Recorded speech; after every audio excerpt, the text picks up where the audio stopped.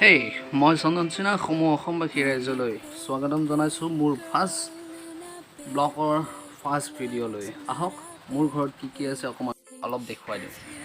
এইজোপা হ'ল মোৰ ফুল ঘৰতে ৰোৱা আৰু বহুত কিবাকিবি আছে, আমি দেখুৱাই যাম। এইজোপা ৰঙা জবা হয়, ৰঙা জবা আৰু বহুত কিবাকিবিও আছে ফুল আৰু তেনেকৈ আহি আছোঁ আমি এনেকৈ চাই যাম।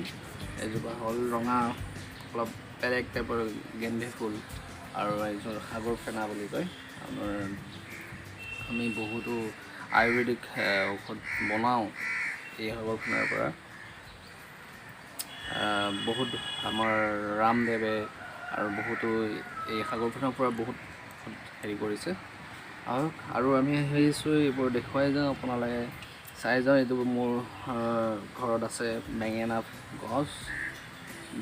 গছ এনেকৈ আছে, 4-5ডাল গছ আছে আৰু তেনেকৈ লাগিছে। আমি খালোঁ বহুত মোটামুটি আমি 4-5 কেজি খালোঁ আৰু নিজৰ ঘৰৰ কাৰণে আপোনালোকেও লগাব পাৰে এনেকুৱাকৈ। আৰু এতিয়া বেছি নাই, বৰ বেছি 1-2 কিলোমান ওলাব। ঘৰৰ ওপৰতে ৰোৱা, মাছৰ কাৰ্টুনত ৰোৱা, বেছিটো সাৰ ক'ত পাব আজিকালি। আৰু গুৱাহাটী টাউনত তেনেকৈ মাছৰ কাৰ্টুনতে লগাব লাগিব বিল্ডিঙৰ ওপৰত। আৰু তেনেকৈ আমি বেঙেনা গছ বগা বেঙেনা এনেকৈ লগাইছোঁ আৰু ফুল। আৰু এতিয়া গছ বেছি দিন নাথাকে আৰু হয়তো মৰহি এতিয়া আকৌ বেলেগ লগাব লাগিব, শাক পাচলি কিবা লগাব লাগিব। এজোপা ফুল হয়, আমাৰ সচৰাচৰ সকলোৰে ঘৰত থাকে এনেকুৱা গছ। এইজোপাও ফুল গছ, আপোনাৰ ধুনীয়া বগা ফুল হয় ইয়াৰ পৰা। মোটামুটি আপোনালোকৰ ইমান মনোমোহা হয় সঁচাকৈ, এইবোৰ ফুল চালে ভাল লাগে। আহক আৰু গৈ আছোঁ আমাৰ এই বাঁহৰ জেওৰা এখন দি পেলাই, জাঙি এখন দি পেলাই, আমি জাঙি বুলি কওঁ আমাৰ ঘৰত। বাঁহ কাটি পেলাই ওপৰত হেৰি লগোৱা যায়, তাৰে আমি কিছুমান লগোৱা হৈছে। নেচেৰা দাংবটি বুলি কয়। এইজোপা হ'ল আপোনাৰ মধুৰি গছৰ কলি মিলিছে আৰু সৰু খালোঁ, বহুত খালোঁ ইয়াৰ পৰা। আৰু এটা মধুৰি আমি বহুতো শক্তি দিয়ে, সকলোৱে জানে। এটা মধুৰি আমি আপোনালোকক এটা চেলাইনৰ কাম দিয়ে বুলি কৈছে আৰু বহুত শক্তি দিয়ে। আৰু আপোনাৰ যদি পায়খানা ঢিলা হয়, তেনেকুৱা আপোনাৰ কিছুমান জণ্ডিছ কামতো দিয়ে। আপোনাৰ এই পাত বায়ু খাই জণ্ডিছৰ সময়ত তেনেকৈ ভাল হয় বুলি শুনিছোঁ, ময়ো খাওঁ। এইজোপা হ'ল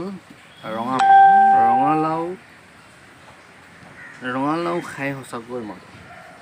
আমাৰ অসমীয়া পৰম্পৰা, আমাৰ নখোৱাত যদি আমি ৰঙালাওৰ বাকলিৰে এবিধ চব্জি বনাই ধুনীয়া অলপ ফ্ৰাই টাইপত ধুনীয়াকৈ অলপ পিঁয়াজ নহৰু এনেকৈ দি পেলাই, সঁচাকৈ বৰ ধুনীয়া। আৰু এনেকৈ দুখ হৈ তাৰপিছত এনেকৈ বাঁহেৰে বগাই যাব জাঙিখনত আৰু পূৰা হ'ল ওপৰৰ পৰা দেখুৱাইছোঁ আপোনালোকক।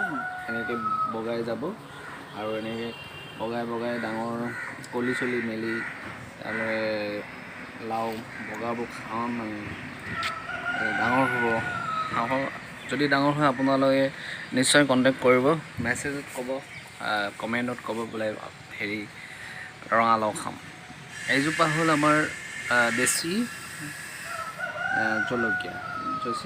আমি সকলোৱে জানে, ঘৰত যিয়ে নহওক, সৰু হওক ডাঙৰ হওক, পুৰা জ্বলা হয় ঘৰত ৰুলে। আৰু ঘৰত ৰোৱাটো অলপ বেলেগেই আমেজ। আৰু আমেজটো সঁচাকৈ ঘৰত খেতি কৰা সঁচাকৈ বহুত বেলেগ আমেজ।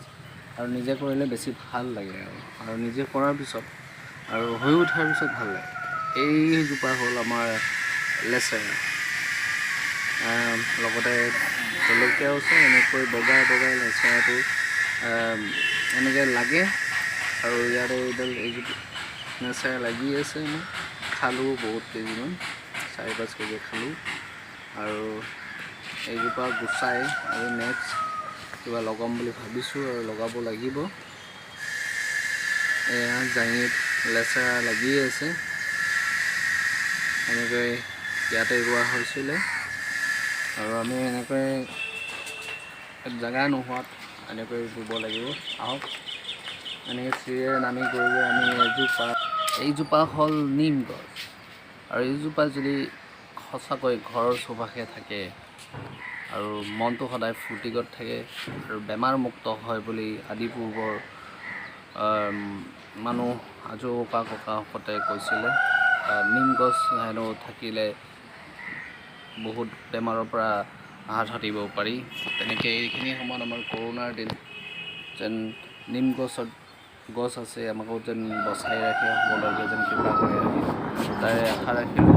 ঢেৰেকণি মাৰি আছে এইফালে আকাশৰ পৰা, সঁচাকৈ বৰষুণ আহিব যেন পাওঁ। আৰু আহক আৰু বহুতো গছ আছে, দেখুৱাই যাম। আমি অকণমান গছ দেখুৱাই আছোঁ এতিয়া, ফুলৰ গছ। এয়া হ'ল বগা ফুল। মই নামটো এতিয়ালৈকে ধৰিব পৰা নাই, মই নাজানো কি ফুল। সঁচাকৈ বৰ ধুনীয়া বগা ফুল। কাষতে আছে আমাৰ আৰু এটা আছে ফুল, এইফালে বগা ফুল ধুনীয়া। পিছফালে আছে আমাৰ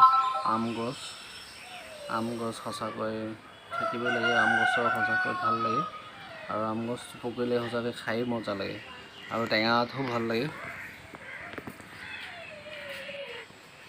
এয়া দেখুৱাইছোঁ আপোনালোকক মকৰা জাল, আমাৰ আম গছডালতে আমাক বগাইছে, আম ঘৰ সাজিছে। সঁচাকৈ ধুনীয়া, ভাঙিবৰ কাৰণেও মৰম লাগে, ভাঙিবও নোৱাৰোঁ, দুখ লাগি যায় কাৰণ সিহঁত ক'ৰ পৰা ইফাল সিফাল কৰি তাতে ঘৰটো সাজে। আৰু দেখুৱাইছোঁ আমাৰ কলা তুলসী, যিডাল তুলসী তলত সদায় মায়ে চাকি বন্তি জ্বলায়। আৰু সঁচাকৈ বৰষুণ দিব যেন পাওঁ, ঢেৰেকণি পূৰা মাৰি আছে। আজিলৈ আহিছোঁ, আজিলৈ ইমানতে শেষ কৰোঁ। মোৰ ব্লগৰ প্ৰথমটি ভিডিঅ' ইমানতে অন্ত পৰিল। আৰু মোৰ প্ৰথম ভিডিঅ' মোৰ ঘৰত চৌপাশে থকা গছ গছনি, ফুল, শাক পাচলি কি আছে তাৰে আৰম্ভ কৰিছোঁ। যদি ভাল পায় কমেণ্ট কৰিব, লাইক কৰিব আৰু একদম মনৰ পৰা ভাবি ছাবস্ক্ৰাইব কৰি দিব। আৰু কমেণ্টত একদম নকৰাকৈ নাথাকিব, কমেণ্টত কমেণ্ট কৰিলেহে মই বুজি পাম আৰু নেক্সট ভিডিঅ' কৰিবলৈ সাহস পাম। আজিলৈ আহিছোঁ সকলো চাই থকা মৰমৰ ভাই ভণ্টি দৰ্শকবৃন্দ।